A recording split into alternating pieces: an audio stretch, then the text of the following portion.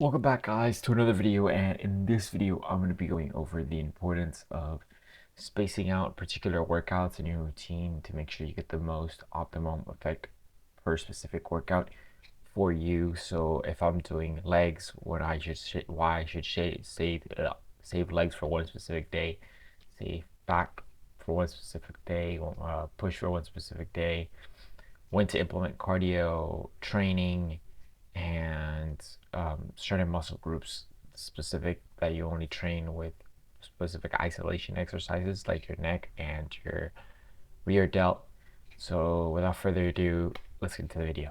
All right, so when we're looking at organizing our workouts or spacing them out, the main reason we space them out is to avoid excess inflammation in the muscles. There's only a certain amount of muscle gain or recovery your body can do over a certain period of time. Your body only recovers and grows muscle when you're asleep. So if you're overtraining and you train too many times, you're not going to gain muscle. Same thing with not training enough. For example, in a bro split, you only train about a muscle group once per week. This isn't enough for the maximum gains. This will probably get you about 80-90% there. But if you want to have the optimum gains, you want to train the muscle group typically about 2 times a week. But this also depends on muscle groups. For example, you get smaller muscle groups, let's say like the rear delt or your neck. A lot of people like do neck training. I've done neck training. You can only train those types of muscles maybe once a week because they can only take on so much load, and if you overload them too much, they'll get injured. And then if your muscles are injured or something gets torn, then you can't train at all, and then you won't be able to make any sort of progress. So in the end, it's more beneficial to only train it a little bit. When we're looking over push and pull and push, pull, and legs, that's my split. That's what I recommend for most people.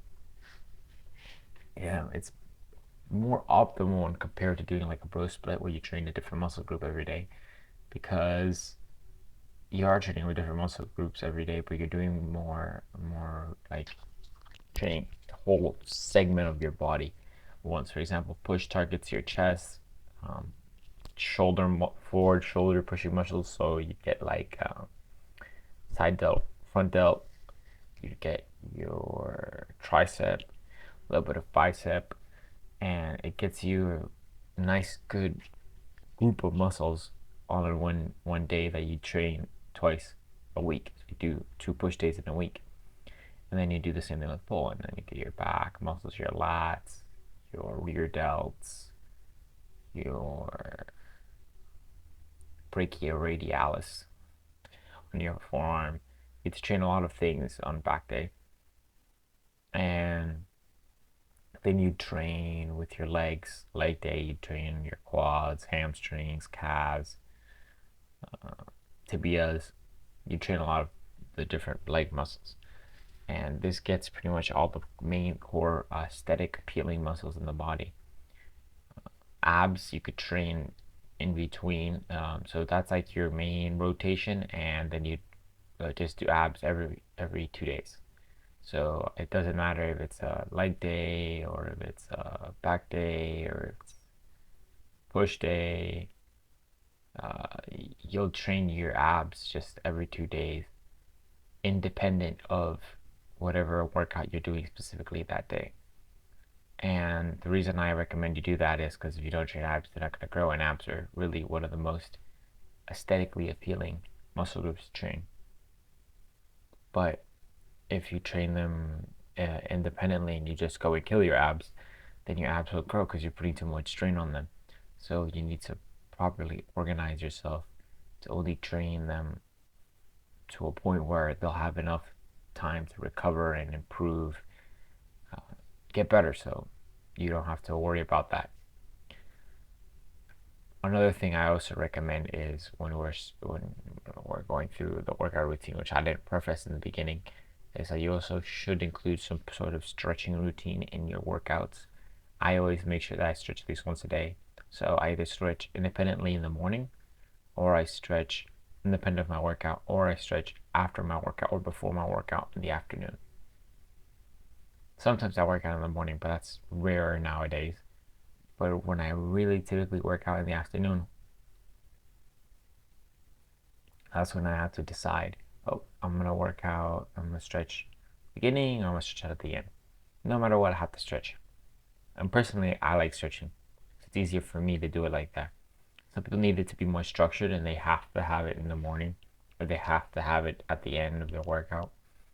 Whatever works best for you is what you should be going for. But personally, I like the ability to decide in the morning if I feel like I need to do some stretching, and then don't have to do it later. Or if I want to do it in the afternoon, I can decide whether I want to do it at the beginning or at the end. The benefits of doing it at the beginning is that you start priming your muscles. Unless you're gonna do a really, really, really, really hard workout, like you're gonna kill yourself training, you won't really do that. Make a big difference if you stretch before you work out. You'll still get pretty much all the gains, minus maybe 2%, because your muscles are a little tired from the stretching. But if you want to get the absolute optimal maximum results with no drawbacks or no issues at all, I mean, you can do that. You'd have to train after, and even training after, I mean, I like training after too. The benefit of training after is that it slowly decreases your heart rate. Most stretching, it's not like an intense movement. It's usually like static stretching, and you're just progressively pushing and pushing and pushing and pushing, or really you're pulling the muscles from different angles on the bone and lengthening them. So you're slowly extending them instead of doing one specific movement. So works the same way there, but it'd be probably a little bit more beneficial if you do it at the end.